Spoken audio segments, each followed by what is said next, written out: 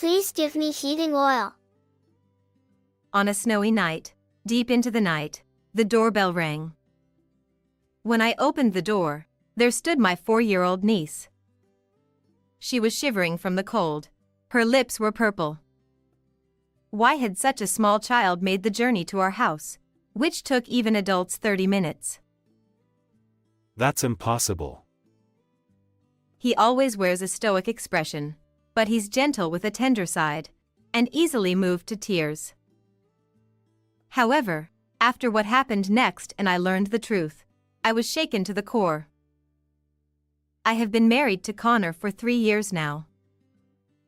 Our life together has been peaceful, and I have always felt reassured. However, one of the few concerns in our life was about children. Both Connor and I had wanted children since the beginning of our marriage, but there were no signs of that happening. Although I understood that it was something beyond our control, I couldn't help but feel a little lonely every time I saw couples with children on the street. Another concern was the strained relationship with my own family.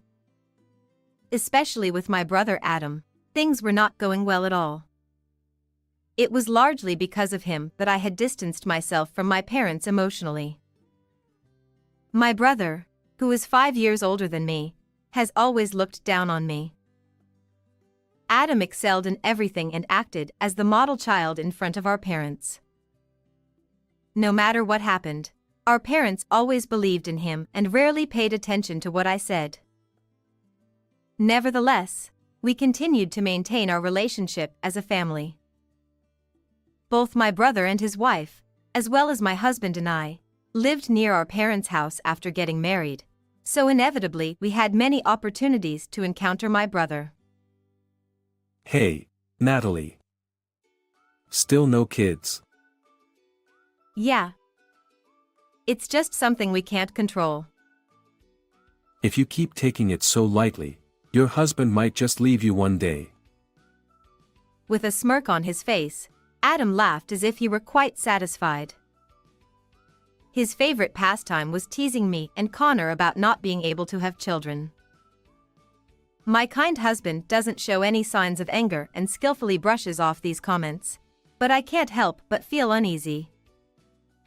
Even my brother's wife, Vicky, seems uncomfortable at those times.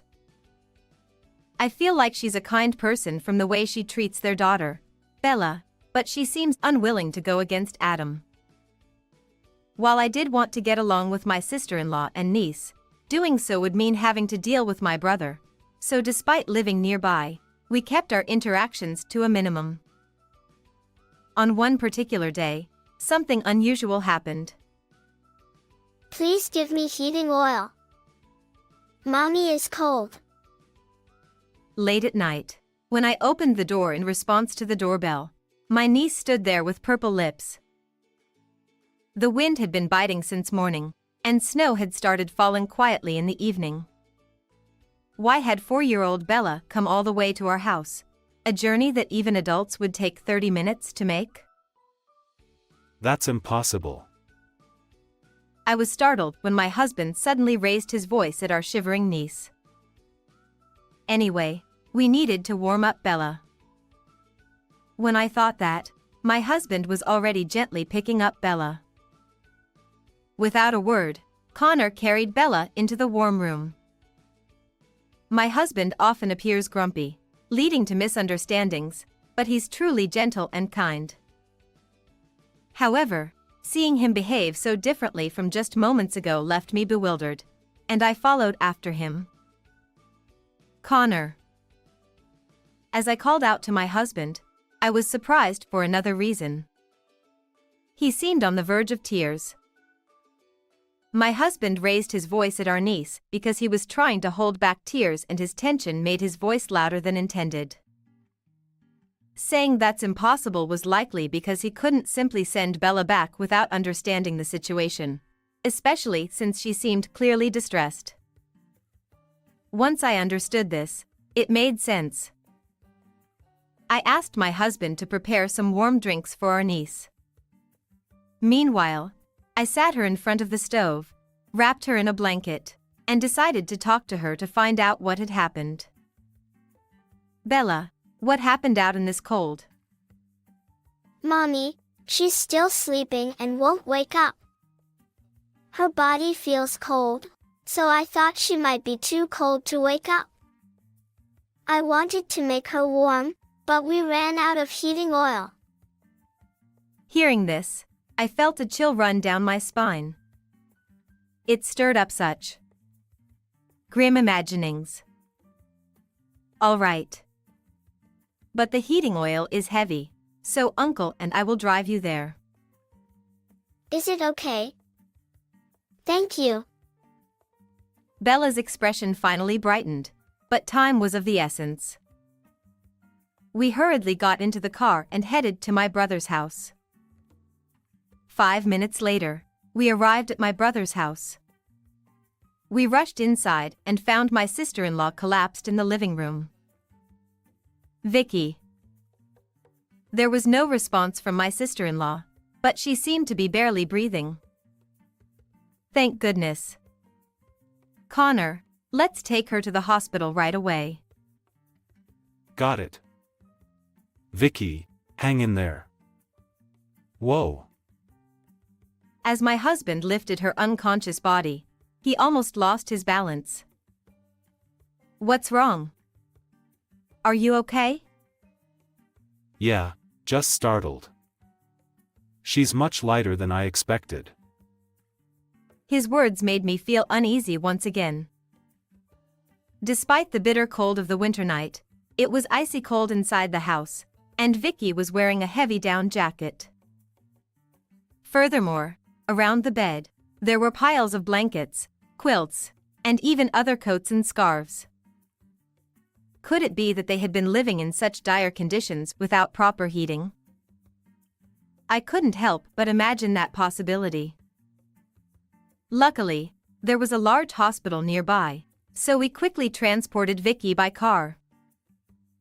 After completing various procedures, we returned home with our niece for the time being. She must have been quite tired because she fell asleep right away. Meanwhile, we still hadn't been able to reach her father, Adam. With various worries weighing on my mind, my husband and I also drifted off into a short sleep. The next day, Connor went to work with concerns about Bella. Shortly after, we received a call from the hospital informing us that Vicky had regained consciousness. I went to the hospital with my niece immediately. Natalie, Bella. Vicky. I'm so relieved. Mommy. Are you okay? I.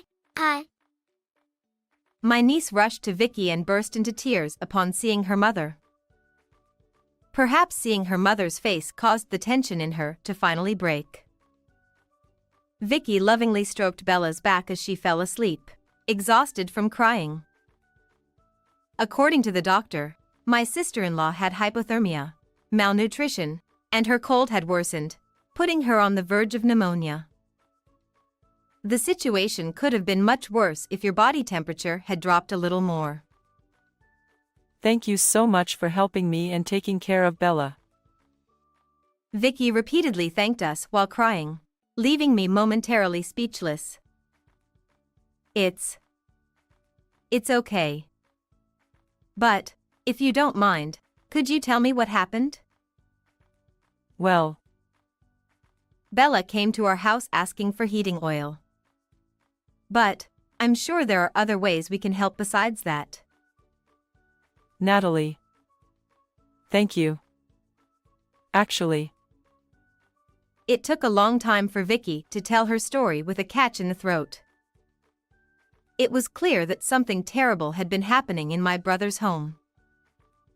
I wasn't the only victim of my brother's actions. If only I had confronted the situation instead of running away, maybe Vicky and Bella wouldn't have suffered like this. Feeling this deeply, I swore to somehow rescue them from my brother. Once again, after getting permission from my sister-in-law, I gathered some of Vicky and Bella's essential items along with a few other things from my brother's house. Furthermore, after making a call to a certain place, I finally managed to get in touch with my brother, and all that remained was to wait for that day. Then, 2 days after Vicky was discharged from the hospital, I invited Adam to our home. Vicky, who had left Bella with her friend, was already waiting at our house. When my brother arrived, late as usual, he seemed surprised to see Vicky there. Oh, Vicky. So, you've become friends with Natalie and Connor? As Adam spoke casually, Vicky remained silent, her lips tightly pressed together. Well, it's fine. Natalie, Connor, sorry for the trouble my family caused. It's okay, really. Ah. Natalie, you're fond of kids even though you don't have any, huh? It was good for you that you could take care of Bella while Vicky was hospitalized.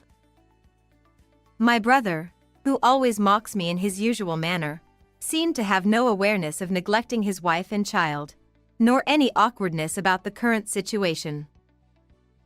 So, what were you, her real father, doing during all this? I was busy. Working to support my family, you know. Oh, really? Well, you might have some free time now. What do you think, Vicky? Yes, Adam, let's get a divorce. With that, Vicky handed Adam the divorce papers. Of course, her section was already filled out, but even seeing that, my brother remained calm. What's this? Trying to make a point. Adam defiantly flicked the divorce papers that were placed in front of him with his finger. You think you can manage on your own after leaving me? You can't even be a proper housewife. You're going to talk back to me? Do you even understand what you are saying? Being shouted at, Vicky's face turned as pale as it had when she collapsed in the room. Despite summoning the courage to speak up, seeing Adam's terrifying expression, she was completely terrified. It became clear how much she had been dominated by my brother through force all this time. Vicky. I'll tell him. As I touched my sister-in-law's hand, she squeezed it tightly and nodded. Vicky was suffering from malnutrition. Because you hardly provided any living expenses, she had to cut down on her own food budget. Huh? What's this all of a sudden? I've been giving her money, haven't I? Handing over a few $1,000s randomly as household expenses? Do you even remember how much you were giving her? Vicky is lying. She kept a household account book. It was to explain to you that you couldn't live like this. But even after hearing that, my brother just laughed it off. A household account book she just scribbled in doesn't prove anything. Well, how about this then? At that moment, I took out my sister-in-law's medical diagnosis report and another document I had prepared. These are printouts of your bank account usage and card transaction history. There's no evidence of money being used for household expenses, is there? Where did you get those from? I got it from the computer at your house. Every website had saved passwords, so it was easy to log in. Suddenly confronted with such evidence, my brother's mouth hung open, and he struggled to find words. And besides, spending nearly $3,000 each month? Seems like you've been enjoying quite a lavish lifestyle.